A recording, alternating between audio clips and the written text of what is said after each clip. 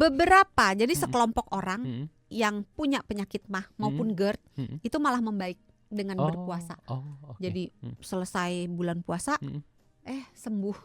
Jadi sebenarnya puasa ini bisa membantu untuk Mm-mm. menyembuhkan GERD dan Untuk juga sekelompok MAH. orang. Iya. Tapi ada juga sekelompok orang yang lain dengan berpuasa malah tambah parah. Oke. Gitu. Jadi ada beberapa faktor sih. Bisa aja faktornya itu dari mungkin dianya stres atau mungkin pola makannya ketika buka puasanya tinggi lemak, tinggi asam, jadi makannya yang tergantung menu asam-asam, yang berbuka juga pedas-pedas. ya. Iya, tergantung juga kadar stresnya, tergantung juga makanan yang dia makan itu mengandung apa, minyak, gas, santan gitu, itu pengaruh semua. Gitu.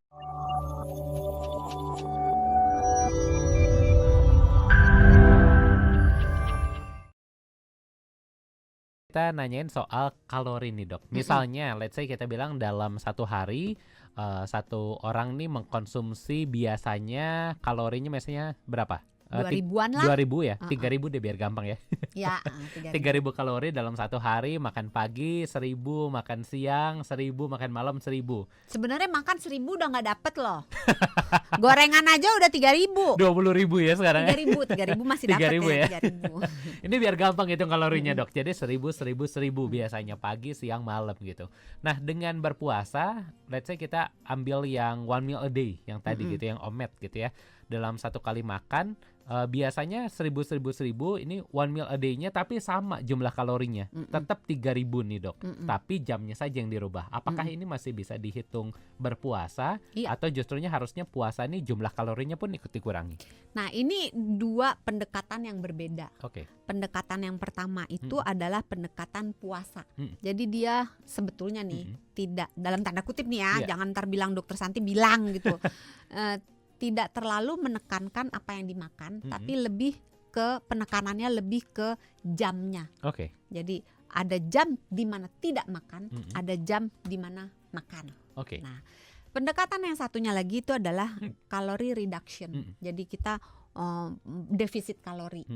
Nah, itu mengurangi jumlah kalori yang kita konsumsi dalam 1 kali 24 jam, terlepas dari mau dimakan kapan aja.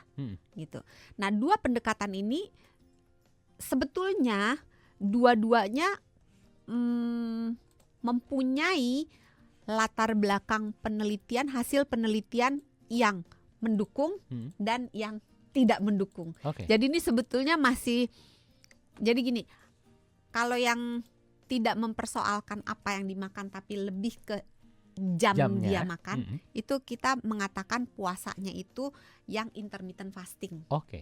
Tapi kalau dia puasanya itu bukan puasa, kalau dia pola makannya itu lebih menitik beratkan penurunan kalorinya supaya kalorinya yang dimakan itu tidak banyak-banyak, maka kita bilangnya DEFCAL, defisit kalori.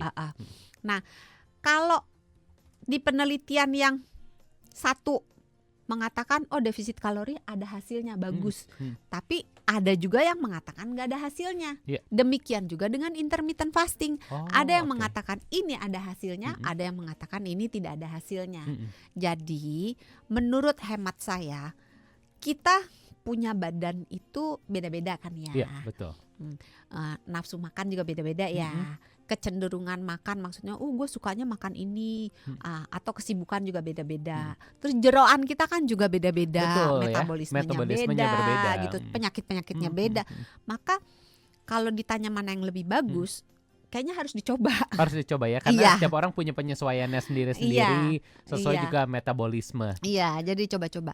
Tapi kalau nanya saya pribadi ngambil yang mana, saya biasanya menerapkan sampai saat ini masih yang intermittent fasting, tapi yang cheating, yang dirty gitu. Yang dirty intermittent fasting ya. Jadi dua-dua tuh beda-beda gitu. Jadi bisa ditinjau dari dua sisi yang berbeda ya. Nah ini juga Dokter Santi ada pertanyaan dari sahabat Sonora, dari Pak Denny. Ini menanyakan soal berpuasa. Saya pengen banget untuk melanjutkan puasanya, tapi saya punya masalah dengan MAH. Apakah ini baik untuk dilanjutkan atau justru harus dihindari dok?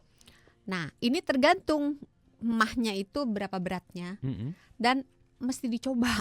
Karena beberapa, jadi sekelompok orang yang punya penyakit MAH maupun GERD itu malah membaik dengan berpuasa. Okay. Jadi selesai bulan puasa, sembuh. Jadi sebenarnya puasa ini bisa membantu untuk menyembuhkan GERD dan untuk juga sekelompok orang. Iya. Tapi ada juga sekelompok orang yang lain dengan berpuasa malah tambah parah.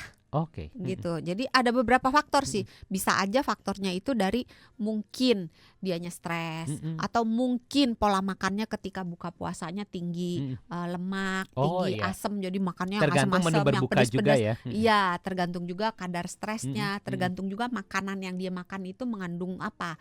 Minyak, gas, santan gitu. Itu pengaruh semua gitu. Jadi memang agak susah. Jadi Pak siapa tadi? Pak Denny mesti coba-coba gitu. Apakah membaik atau tidak. Tapi kalau seandainya pengen puasa tapi takut emahnya parah, coba dulu dengan puasa yang 12 jam aja dulu. Oke, tapi gampang. tetap minum air putih ya. Tetap minum air putih supaya asam lambungnya itu terencerkan. Atau kalau misalnya tetap susah, pakai puasa intermittent fasting yang 12 jam tapi yang dirty. Kalau yang dirty intermittent fasting kita masih bisa konsumsi maksimal 100 kalori. Jadi kalau makan telur 1 masih boleh. Yang direbus ya. Iya. Telur rebus tuh sekitar tidak digoreng ya. Ya, jangan digoreng karena kalau digoreng apalagi di Barendo. Kalorinya jadi naik gitu. Atau minum susu setengah gelas masih boleh gitu. Atau makan timun 1 sampai 2 mangkok masih boleh gitu. Yang dirty lebih mudah diikuti kalau memang belum terbiasa gitu.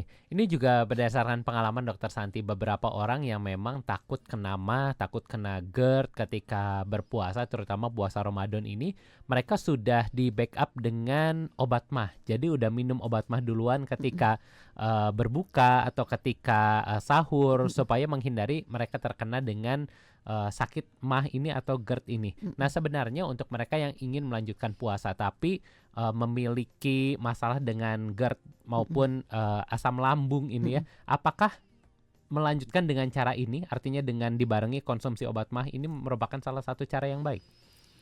Tergantung GERD-nya ini sudah diobati dengan benar atau belum. Karena pengobatan GERD ini banyak sekali nih, entah pasiennya, entah dokternya gitu.